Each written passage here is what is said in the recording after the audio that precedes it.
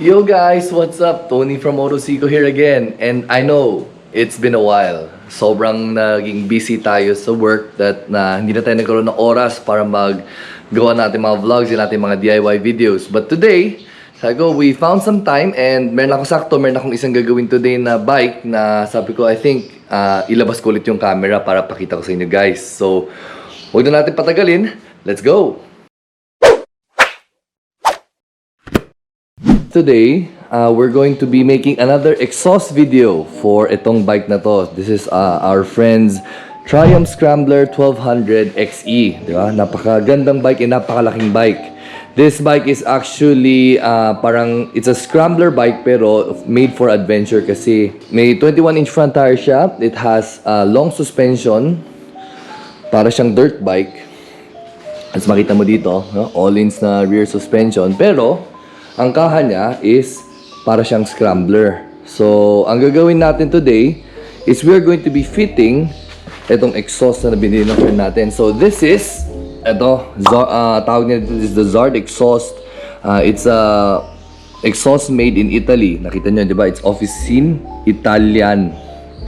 Di ba? Which means, I think, yung chinek ko, it's Italian Auto Works or Auto Shop. So, ang gagawin natin, we'll be installing this system dito sa bike niya. Before natin siya ikabit, kailangan iparinig natin sa inyo anong tunog ng stock.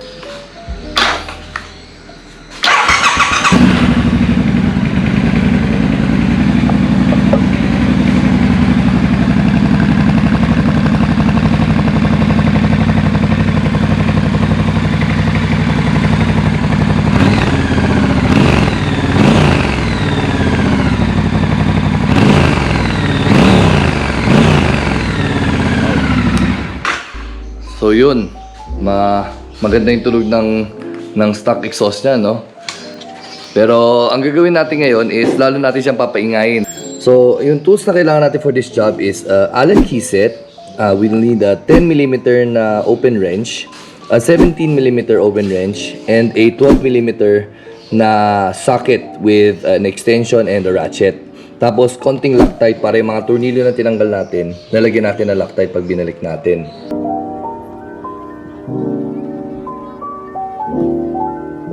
So ayan guys, ikakabit na natin itong Zard exhaust. Pero bago natin ikabit lahat, buksan natin muna to make sure na kompleto lahat na binigay sa atin. So twin exhaust to, yung binigay din sa atin, dalawa. Basically pag tinignan mo, kapatong yun sa isa't isa. Ganyan siya. Ganyan. Diba? So, tapos magandang matte black finish ang nakakabit dito. Pero alam ko meron din itong yung stainless na finish. Pero yung kinuha ng friend natin, matte black. Tapos ito yung parang headers niya. Wala na kasing mid-pipe to kasi halos direkta to eh. We'll be using a lot of yung mga stock parts na nito tulad itong mga shrouds niya, yung mga bushings sa loob. So iingatan natin sa pagtatanggal para magamit natin lahat. So 3 pieces siya. So ganyan yan, isa yan, isa, init, dalawa, tapos tatlo. First thing na gagawin natin is kukunin natin yung allen natin and we're going to remove all the stock na yung covers niya.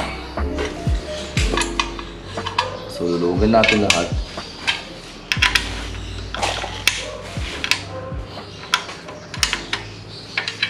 So advisably, mas maganda pag ginawa mo to is sa umaga, buong gabi, hindi na umaandar yung makina para yung engine is cold. Diba? Hindi parang kanina nahawakan natin na muntik na tayo mapasok. Diba?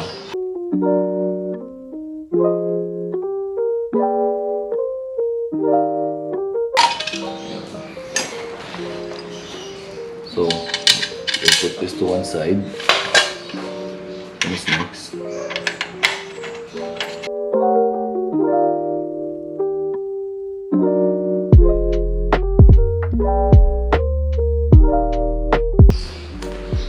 This one, since pag hinila mo siya, nakaharang siya, pull it up and out. And this last one just slides forward, then pull out. So, sa stock exhaust na siya, these rubber bushings, we will be reusing them and we're going to put them doon sa new header. So, gently, ever so gently, pry them apart para you don't rip them. So we'll be using these. And itong mga, kung makita nyo, these parang bushings, these are what help the shroud, prevent the shroud from vibrating. So we're going to have to remove this, but don't pull this out from the front. We have to push them from the back while pulling them from the front so we don't rip yung rubber sa in between, in the middle. So what I normally do is I just get my Allen or a pair of you can use a screwdriver and you just push it in.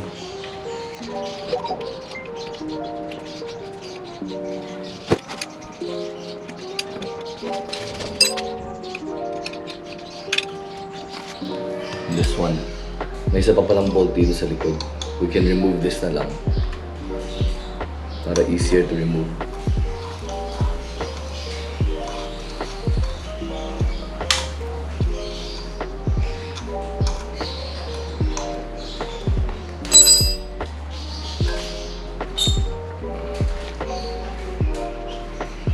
So, eto, nakita nyo, itong sa likod niya, we have to push it inward.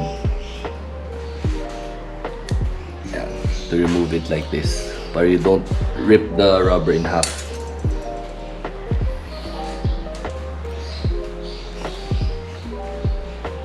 Yeah. See, that's two.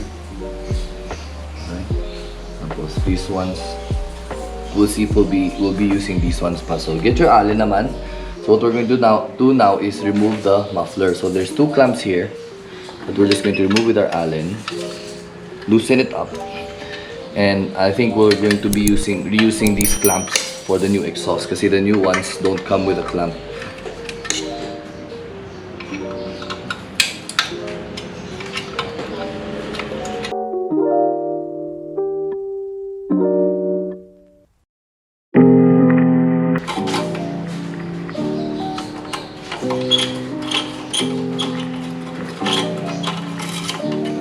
Move them to one side.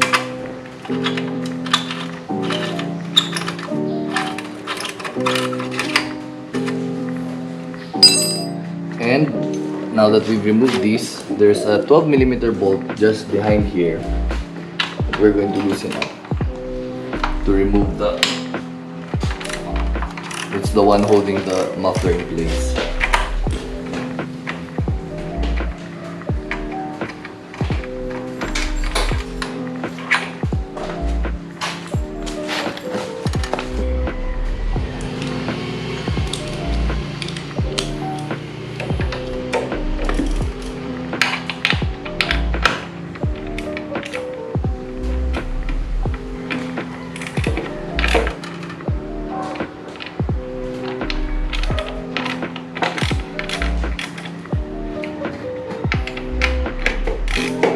There's another 12mm bolt at the back pa pala. So there are two that are holding this muffler in place.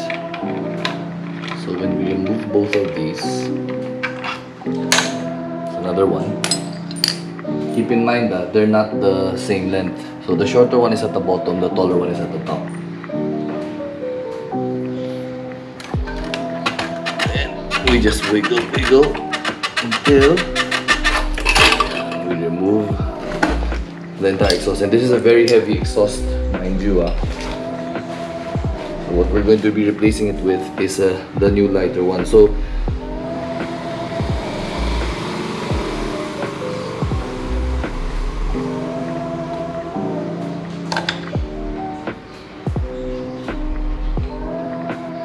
let's move this to one side first. The next thing we'll be removing now is the headers. So for the headers, we just need our 12mm bolt again. We're going to loosen the 12mm bolts that are holding this header pipe. The other one is just held on by a clamp. So these are the only header pipes you're going to have to remove with the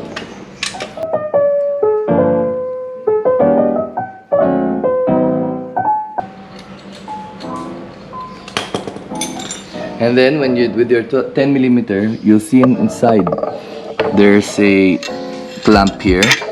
I don't know if you can see it, but there's a clamp there that you're going to have to remove using a 10mm open wrench.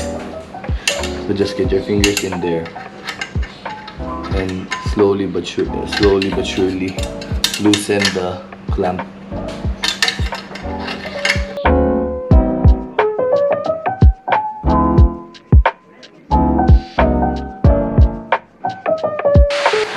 So guys, so once you loosened up the 10mm bolt that's holding on the clamp here, the next step that we're going to do is we're going to remove first the bolts, the header bolts that we've loosened up earlier. These two ones. But we're not going to remove the whole header yet. We're going to remove this clamp to be able to expose the O2 sensor, because in order to remove the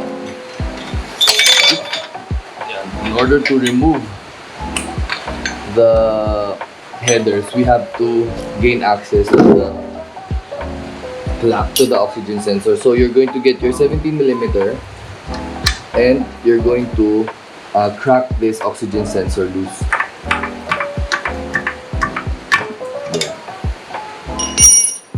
So once it's loose, the next step is, I know sometimes you're tempted to just twist the oxygen sensor loose, but sometimes you could pinch the wire while you're doing that. So what I normally do is, since we've got everything loose, we're going to remove the entire header. Be careful not to scratch anything.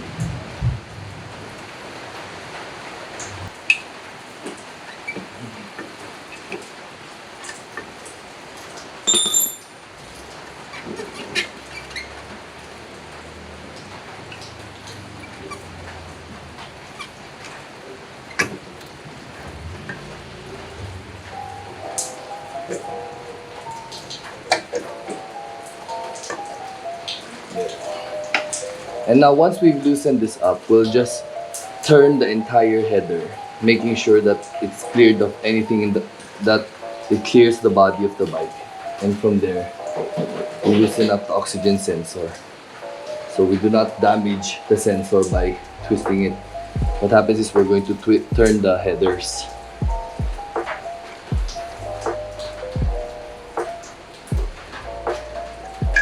There. See?